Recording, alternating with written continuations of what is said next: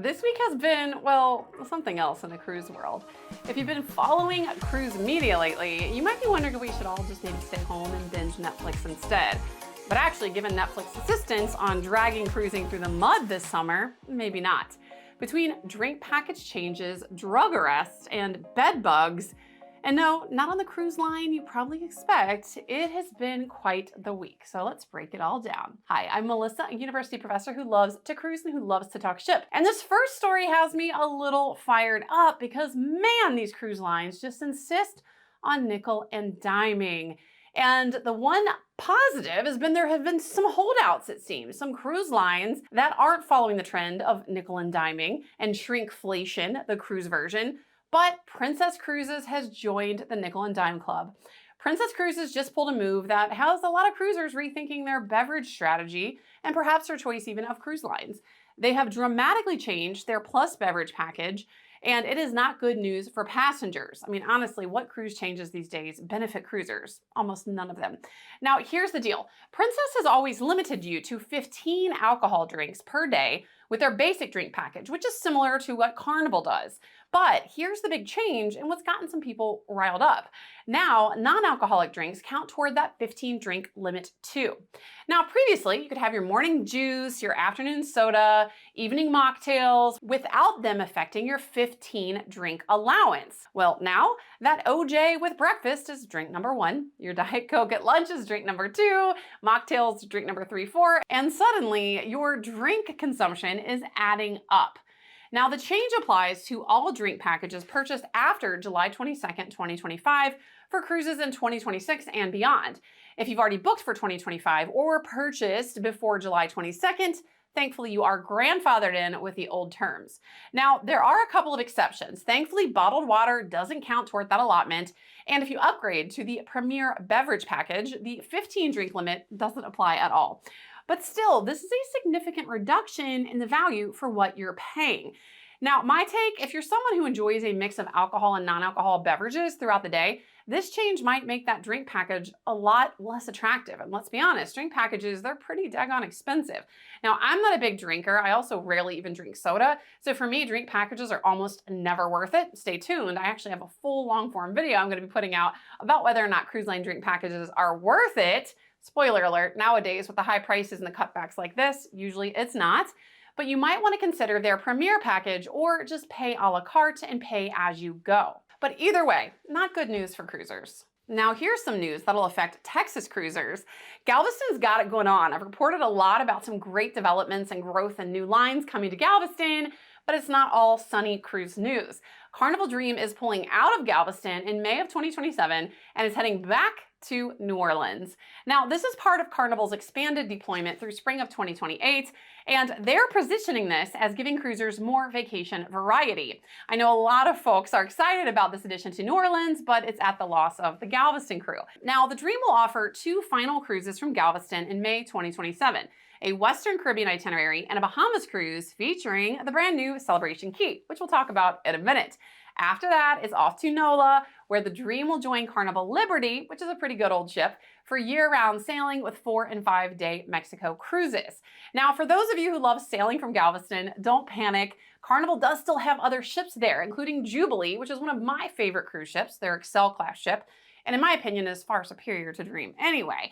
But if Carnival Dream was your go-to ship, you might want to book one of those final May 2027 sailings while you can for a farewell cruise. Speaking of Celebration Key, let's talk about it. I'll be heading there next week. In fact, I'll be there on August 1st. And while I'm not the first group of people to be there, that happened this past Saturday on opening day, I will be some of the first to experience Carnival's new private island. Caveat, it's not an actual island, it's part of a bigger island, private port, but private island sounds a lot fancier and nicer, doesn't it? So of course I will report back my honest take because I am never sponsored. It's always my truth. And I'll be sure to come back and tell you all the good stuff, but also not so good stuff. Now, from what I've been reading in the media coverage and seeing on social media and seeing the pictures, it looks pretty daggone impressive. It has a 10-story sun castle with racing water slides, 5 different portals, which are just areas, and they have a massive freshwater lagoon. It all looks and sounds amazing. Now, I have heard some people start to give this the moniker Celebration Fee instead of Celebration Key because unfortunately this isn't your free beach day. that you get at a lot of other traditional cruise line private islands, like even Carnival's own Princess Key and Half Moon Key. For example, you have to pay for the racing slides. My daughter loves racing slides. It's $14.99 for unlimited access. And not just that, but if you are willing to pay, make sure you book in advance once you book your cruise that's going to visit Celebration Key. I didn't do that, and I waited until a month out for my cruise, went to go pay for and book those water slide passes for my kid and my niece that's coming with me. And I went to go buy the water slide passes for the kids, and they're sold out. A lot of the cabanas are sold out, so stuff is selling out pretty quickly. And I don't know if this is just the hype of the new private island, and maybe that will peter out over time. But if you have a cruise with Celebration Key on your itinerary, do not delay. Go to carnival.com, look at the excursions, and if you want to book something there, do it now, not later. Now, I do have a Facebook friend, Troy Brown, who was there on opening day, and he was sending me minute-to-minute feedback and photos. So thank you, Troy, for that. I was living vicariously through you from the comfort of my home here in the Midwest. Now, Troy's feedback was mixed. He got a burger that actually looked good, except for the fact that it was pretty much mooing. It was pretty raw on the inside, which kind of is a health hazard too. He had some issues where he paid for a cabana, and these cabanas are not cheap, my friends. And he did not have any ice at all in his ice bucket, and his drinks were just served at Caribbean hot temperatures. And he also got booted from his cabana in favor for a Carnival C-suite bigwig who they wanted to put in that place. So they did make it right with him, so I'm not gonna drag Carnival for that, but they did have some kinks that they needed to work out with opening day. Now, I don't expect it to be flawless when I'm there next week because they're still within 2 weeks of opening. There's probably gonna still be some issues and things they need to work out, especially with food service, but I'm gonna give them some grace. But of course, I will always be honest still and giving you my honest thoughts, photos, and feedback when I get back. So stay tuned. Now, here's some great news for East Coast cruisers. Norwegian has already announced that they're extending their Philadelphia service through 2027, even though their first ship doesn't leave Philly until April 2026. The Norwegian Jewel will handle 2026 sailings, and then Norwegian Pearl takes over for 2027 with some pretty interesting itineraries. Now, I'm particularly intrigued by this 11-day cruise in March 2027 that hits Bermuda. I've never been, but I'm going on Carnival Sunshine in a couple of months. The Virgin Islands, which is some of my favorite cruise ports, Puerto Rico, not my favorite, and the Dominican Republic, which is always a great one. For those of you in the Mid-Atlantic region, this gives you another option besides just driving to Baltimore or driving a long way or flying to Florida. The closer the port, of course, the less hassle and expense. And as someone that lives solidly in the Midwest, I am jealous of anyone that can drive to a cruise port. So that's great news for you. And speaking of Bermuda, here we go again with the cruise crime headlines.